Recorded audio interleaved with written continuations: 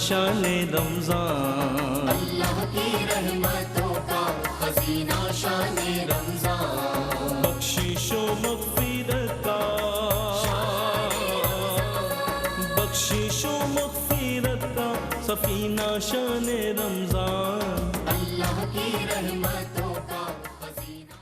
جی خوش آمدید ناظرین، آپ کا خیر مقدم ہے نعمت افطار میں بزم علم و آگہی یعنی بزم علماء کرام، اور وقت کے اکابر، مستند، جید اور بہترین مضبوط علماء کرام کا پینل صرف ARYQ TV پر انتہائی انفارمیٹیو نشریات لے کر ARYQ TV اس برس بھی آپ کی خدمت میں حاضر ہوا ہے، اور اس برس بھی ہمارا ساتھ ہے مفتی محمد سہیل رضا امجدی صاحب کے ساتھ، علامہ لیاقت حسین اظہری صاحب کے ساتھ، اور آج ہمارے مہمان عالم دین علامہ قدرت اللہ نقشبندی صاحب۔ آپ تینوں کا خیر مقدم ہے ناظرین کرام۔ آج جو موضوع ہے وہ ہے اسلام اور رسومات۔ اکثر علماء کرام آپ کو اس پہ تنبیہ بھی کرتے ہیں کہ یہ جو رسومات ہیں اگر تو یہ شریعت سے نہیں ٹکراتی تو ٹھیک ہے، لیکن اگر یہ شریعت سے ٹکرا رہی ہیں تو ان رسومات کا ادا کرنا، بجا لانا قطعی جائز نہیں ہے، اس میں چاہے کوئی بھی مسئلہ ہو۔ آج ہم یہی تمام تر باتیں اور یہی متن اور موضوع پیش نظر رکھ کے علامہ لیاقت حسین اظہری صاحب سے، مفتی محمد سہیل رضا امجدی صاحب سے اور علامہ قدرت اللہ نقشبندی صاحب سے سوالات کریں گے۔ مفتی صاحب، آپ سے آغاز ہوتا ہے نشریات کا۔ رسم و رواج کی شرعی حیثیت بیان فرمائیں اور شرعی حکم اس کا کیا ہے؟ اعوذ باللہ من الشیطان الرجیم، بسم اللہ الرحمن الرحیم، اللہم صلی علی سیدنا و مولانا محمد وعلی آلہ و اصحابہ وبارک وسلم۔ جی سلمان بھائی، آج دوسرا جمعۃ المبارک کا دن ہم سب کے لیے مبارک ثابت ہو۔ اللہ تعالیٰ علامہ صاحب اس دن کے صدقے میں اس کرونا وائرس سے، اس کے ڈر سے، اس کے خوف سے ہم سب کو نجات عطا آمین، فرمائے۔ اللہم آمین۔ جہاں پر آپ نے رسم و رواج کی بات کی ہے تو رسم و رواج اس کا حکم تو آپ فرما چکے ہیں کہ یہ شریعت سے ٹکرائے تو پھر اس کو ہمیں دور کر دینا چاہیے۔ صحیح۔ اچھا، رسم و رواج کسے کہتے ہیں؟ وہ ایکٹیویٹیز کیا، یعنی وہ اعمال، وہ حرکات، وہ سکنات یا انسان کے وہ کام جو براہ راست شریعت سے ان کا تعلق نہیں ہوتا، براہ راست دین سے ان کا تعلق نہیں ہوتا۔ صحیح۔ یہ عام طور پر جو ہے وہ دیکھا جاتا ہے کہ وہ شریعت کے مطابق ہے تو ہم اسے صحیح کہتے ہیں۔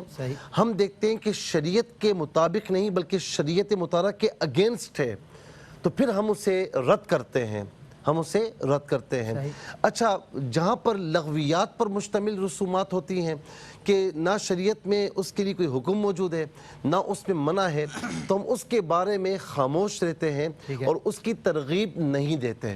اب مثال کے طور پر وہ رسومات کہ جو شریعت مطہرہ سے ہم آہنگ ہیں، مثال کے طور پر حضور نبی کریم علیہ السلام کے دور مبارکہ میں نہیں ہے یا اور ادوار میں نہیں تھی، لیکن اس دور میں آپ یہ دیکھیں کہ باقاعدہ کہیں پر کسی مکان کی اوپننگ ہوتی ہے، شاپ کی، فیکٹری کی، ادارے کی اوپننگ ہوتی ہے تو ہم سب کو بلاتے ہیں، قرآن خوانی کرواتے ہیں۔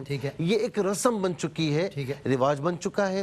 اب چونکہ یہ قرآن کریم کا ختم کروانا، سب کا مل کر قرآن کریم کی تلاوت کرنا چونکہ شریعت مطہرہ سے متصادم نہیں ہے تو ہم کہتے ہیں بالکل ٹھیک ہے، بلکہ اس میں قرآن پڑھا جا رہا ہے تو یہ شریعت کے عین مطابق ہے، اس میں کوئی قباحت نہیں۔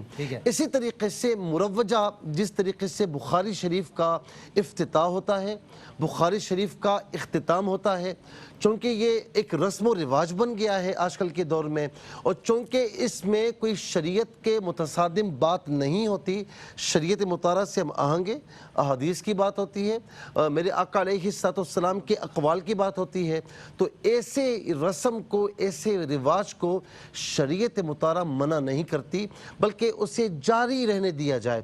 اسی طریقے سے اور بہت سے ایسے کام ہیں، جیسے آپ یوں سمجھ لیجیے شب برات میں، بڑی راتوں میں نوافل کا اہتمام کرنا، پڑھنا، تو ظاہر ہے کہ یہ شریعت مطہرہ سے ہم آہنگ ہیں۔ اچھا، اس میں پھر ہم آگے بڑھتے ہیں کہ وہ رسومات کے جو شریعت سے بالکل متصادم ہیں، جن کی شریعت مطالعہ میں کوئی گنجائش نہیں بنتی. مثال کے طور پر شادی بیاہ میں یہ جو رسومات کی جاتی ہیں جس میں مخلوط سب جمع ہوتے ہیں, مرد خواتین سب کے سب جمع ہوتے ہیں, اور جمع ہو کر باقاعدہ گانے بھی سنائے جاتے ہیں, باقاعدہ گانوں کے مقابلے ہوتے ہیں. یعنی یوں سمجھ لیجئے کہ پردے کی دھجیاں بکھیری جا رہی ہوتی ہیں. اب چونکہ یہ منع ہے, جو اس میں کام ہو رہے ہیں وہ شریعت مطالعہ میں بے پردگی منع ہے, مخلوط اس طریقے سے جمع ہونا منع ہے, تو شریعت مطالعہ ایسی رسومات کو کرنے سے منع کرتی ہے اور کہتی ہے کہ اس سے دور رہا جائے. اچھا, اسی میں ہم تھوڑا سا آگے بڑھتے ہیں کہ بعض اوقات کوئی شرعی چیز ہوتی ہے لیکن اس میں یعنی شریعت سے ہم آہنگ چیز ہوتی ہے لیکن اس میں غلط رسومات ہم شامل کر لیتے ہیں. مثال کے طور پر شب برات بڑی پیاری رات ہے لیکن اسی میں پٹاخے پھوڑنا, خدا نہ خواستہ جو ہے وہ یعنی موٹر سائیکلز پر جانا اور سائلنسرز کو نکال دینا, آوازیں نکالنا, شور شرابہ, اس کی شریعت مطالعہ میں کوئی گنجائش نہیں ہے. اگر اسلامی کسی رسم میں جو شریعت سے آہنگ ہو اس میں اگر غلط رسم شامل ہو جائے یا غلط رواج شامل ہو جائیں تو پھر اس رسم کو نہیں مٹایا جاتا, وہ جو غلط رواج ہے, غلط رسومات ہیں, ان کو دور کیا جاتا ہے. اس کی مثال میں قرآن سے آپ کو دیتا ہوں. ان الصفا والمروہ من شعائر اللہ, بے شک صفا اور مروہ اللہ کی شاعر میں سے ہیں. یہاں جو دو بت نصب تھے اور اسلام میں اسے توڑ دیا گیا, تو اب مسلمان جو تھے ان کو یہ ذرا ہوا تردد ہوا کہ اب ہم یہاں پر صحیح کریں یا نہیں, تو فرمایا نا وہ جو غلط چیز تھی وہ ہٹ گئی, اب تم یہاں پر صفا مروہ کی صحیح کرو, تمہارے لیے ضروری یہی ہے, یہ تو واجب ہے, صحیح واجب ہے. اسی طریقے سے آپ دیکھیں کہ ثم افیدوا من حیث افاد الناس واستغفر اللہ.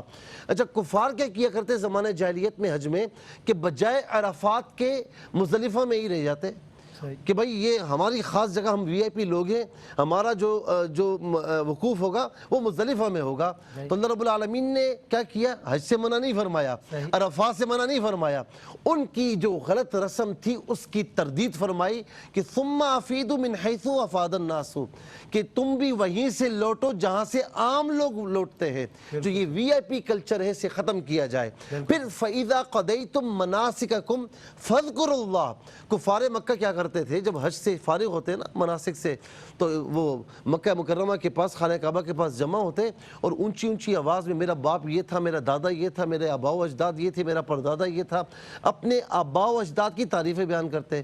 قرآن نے فرمایا نہیں, اس رسم کو ختم نہیں فرمایا, اس حج کو ختم نہیں فرمایا, خانہ کعبہ کے ارد گرد جمع ہونے کو ختم نہیں فرمایا. فرمایا کہ وہاں کھڑے ہو لیکن اللہ کا ذکر کرنا, اپنے آباء و اجداد کا تفاخر بیان نہیں کرنا. اور پھر حضور نبی کریم علیہ السلام نے خطبہ حجۃ الوداع میں کیا فرمایا کہ اذهب علیکم نخو الجاہلیہ عیبۃ الجاہلیہ, جاہلیت کی جتنی رسومات تھی وہ ہم نے اپنے قدموں تلے روند ڈالی ہیں. تو بات یہ کہ جو شریعت مطالعہ سے ہم آہنگ رسم ہوگی اس سے بالکل کیا جائے گا, جس میں خرافات شامل ہوں گی خرافات کو دور کیا جائے گا, اور جو شریعت مطالعہ سے متصادم ہوں گی تو اس سے ہمارا کوئی واسطہ نہیں, اس سے دور رہا جائے گا. اور اس سے دین کا بھی کوئی واسطہ نہیں اور شریعت بھی اس کی اجازت نہیں دیتی. بہرحال ایک ناظرین کرام بریک ہے, بریک کے بعد انشاءاللہ علامہ لیاقت حسین اظہری صاحب سے آپ کی ملاقات کرواتے ہیں اور علامہ قدرت اللہ نقشبندی صاحب. خوش آمدید ناظرین, آپ کا خیر مقدم ہے نعمت افطار میں. بزم علماء میں علامہ لیاقت حسین اظہری صاحب کی طرف چلتے ہیں. رسومات اور اسلام اور رسومات, اس پہ بات ہو رہی ہے. علامہ لیاقت حسین اظہری صاحب, وہ کون سی رسومات ہیں جن کے اثرات مثبت ہیں اسلامی معاشرے کے لیے, یا دین ان کے خلاف نہیں کلام کرتا؟ جی اعوذ باللہ من الشیطان الرجیم, بسم اللہ الرحمن الرحیم. یا ایھا الذین آمنوا ادخلوا فی السلم کافہ. صدق اللہ مولانا العظیم. بہت شکریہ سید سلمان گل صاحب, آپ نے آغاز فرمایا اور بہت خوبصورت آغاز فرمایا. آپ نے پورا ایک حکم آپ نے بیان فرمایا. اس کے بعد مفتی اہل سنت مفتی سہیل رضا امجدی صاحب نے ماشاءاللہ بہت خوبصورت, یعنی ایک جس کو کہتے ہیں نا کہ کسی عالم کا موضوع کے ساتھ حق ادا کرنا, سبحان اللہ, وہ اللہ تبارک و تعالیٰ نے ان کو صلاحیتیں عطا فرمائی ہیں. خیر الکلام ما قل و دل, پورے دریا کو کوزے کے اندر بند کر لیا اتنے مختصر وقت کے اندر. اللہ تعالیٰ ان کی زبان میں اور ان کی جو ادا ہے اس میں اللہ تعالیٰ برکت رحمت عطا فرمائے. دیکھیں, آپ دونوں بزرگوں کی گفتگو کے بعد تھوڑی سی گفتگو کر کے میں اجازت چاہوں گا. رسومات کے حوالے سے دیکھیں آپ کہ کچھ اچھی رسمیں ہیں اور کچھ بری رسمیں ہیں.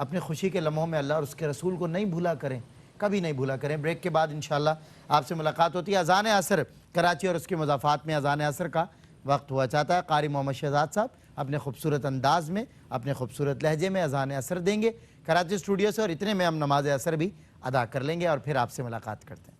اللہ کی رحمتوں کا خزینہ شان رمضان، اللہ کی رحمتوں کا خزینہ شان رمضان، بخشش و مغفرت کا، بخشش و مغفرت